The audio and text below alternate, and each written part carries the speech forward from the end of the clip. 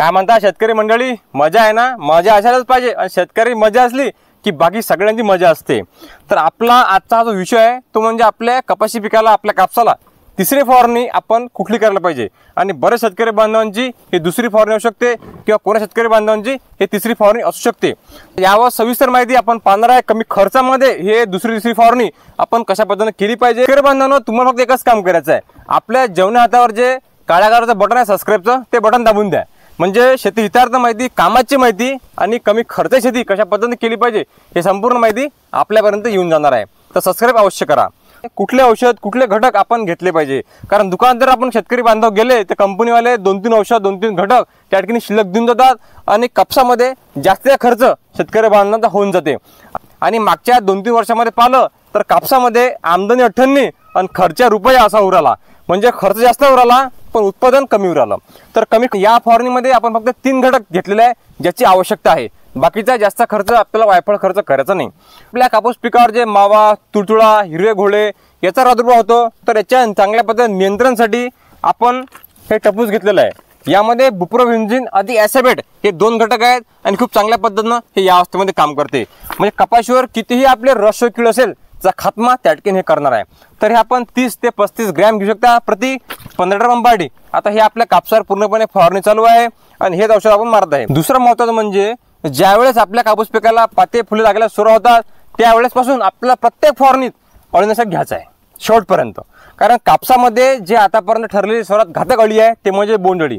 आणि बोंडअळीचा प्रादुर्भाव कधी होतो तर ज्यावेळेस आपल्या कापूस पिकाला हे पात्या फुले लागायला सुरू होते त्यावेळेस पासून त्याचा प्रादुर्भाव व्हायला सुरुवात होतो। तर बरेच शेतकरी बांधव काय करतात की ज्यावेळेस आपल्या बोंडामध्ये अळी दिसते बोंडअळी, तर त्यावेळेस मागेच औषध मारतात। पण त्यावेळेस जर तुम्ही सोन्याचं पाणी जरी मारलं तरी फारसा फायदा आपला होत नाही, कारण जेवढं नुकसान ते अळीनं आपलं करत असते तेवढं अगोदर झालेलं असते। म्हणून अगोदर जर नियोजन केलं तर कमी खर्चामध्ये होते। म्हणून त्यासाठी प्रत्येक फवारणीमध्ये आपल्याला इथून अळीनाशक घ्यायचं आहे। यामध्ये आपण अळीनाशक त्या ठिकाणी घेतलेलं आहे प्रोपेनफॉस अधिक सायपरमेथ्रिन हा घटक त्या ठिकाणी आपण घेतलेला आहे 30 ml न। हे आपल्याला प्रोडक्ट सुपरमध्ये पाहायला मिळते किंवा टाटाच्या जसना सुपरमध्ये पाहायला मिळते। आपल्याला कोणते योग्य वाटेल ते आपण घेऊ शकता। सर्व प्रकारची लहान मोठी अळी त्या ठिकाणी नियंत्रण होते आणि रसकीड सुद्धा बऱ्यापैकी यानं नियंत्रण करते।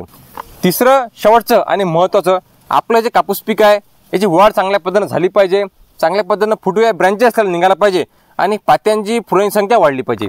यासाठी कमी खर्चामध्ये आपण 12-61-0 हे विद्राव्य खत त्या ठिकाणी घेतलेलं आहे 100 ग्रॅम। आता या विद्राव्य खताचा फायदा काय आहे की यामध्ये 12% नत्र आहे, म्हणजे आपलं कापूस पीक चांगल्या पद्धतीने वाढणार आहे।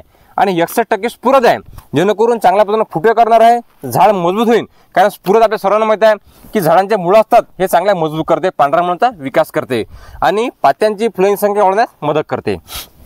तर त्यासाठी आपण 12-61-0 त्या ठिकाणी घेऊ शकता। कोणीही कंपनीत घेतलं तर काही हरकत नाही, चांगलं घ्या।